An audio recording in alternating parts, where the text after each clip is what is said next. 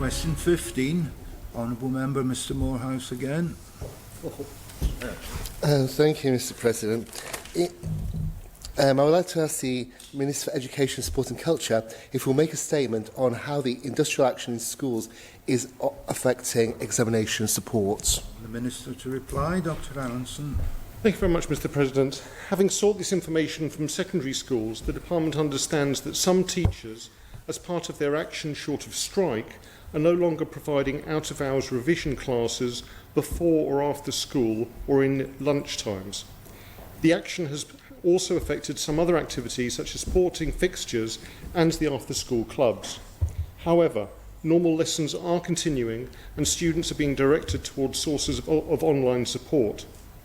It is worth taking this opportunity to consider that such activities are additional to a teacher's normal workload and contractual obligations.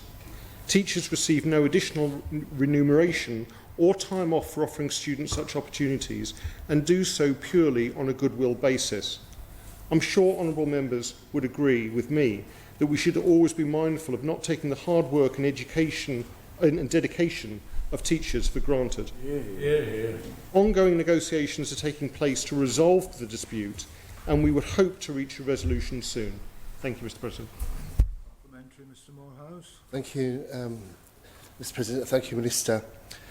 Given the number of GCSE students studying the same syllabus and the amount of on-island resources, has the Department considered including some of those resources on its website to help students in their revision strategies? Minister to reply. Thank you, Mr President. I'd like to thank the Honourable Member for bringing this up, both in terms of this dispute but also in terms of the coronavirus pandemic that we're faced with at the moment. The use of online resources will be more and more important, and certainly there's a lot of excellent work being done by head teachers and the department to provide students with as much resources online as a backup for any eventuality. Thank you. Honourable Member Miss Edge. Thank you, Mr Speaker. I'd just like to ask the Minister, I'm pleased that he's just commented on the coronavirus, because obviously we're shortly moving into exam period, but has the Department had any discussions with the exam bodies? I'm aware of some discussions with exam bodies in the UK, but they're not IGCSE. So could the Minister comment, is the Department looking at this seriously for our students? Minister.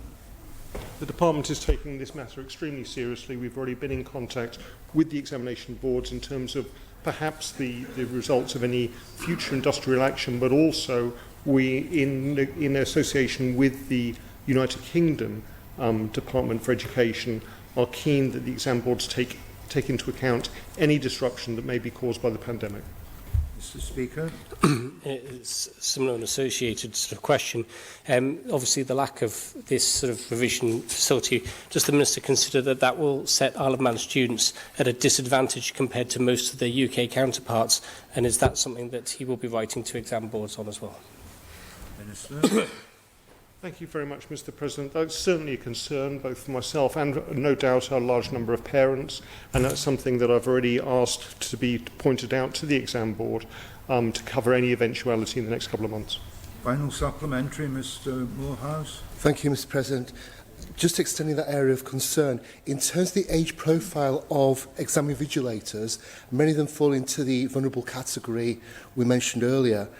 Is the Department considering that as a potential issue for the up-and-coming exams this summer? Dr Allenson. Thank you very much, Mr President. As I think the Chief Minister said, we are entering uncharted waters here in terms of the pandemic. We need to make lots of different considerations, particularly on a week-by-week basis, to deal with any eventuality. One of the key points of the Department is to secure the health and safety both of our pupils and all our staff. So certainly as this pandemic unfolds and the risks are calculated, the safety of teachers, particularly if they're from what will be seen as a vulnerable group, must be paramount, and we must make sure they are not put at unnecessary risk, and the invigilation of exams is done by perhaps other people who will be able to be trained to carry out those functions.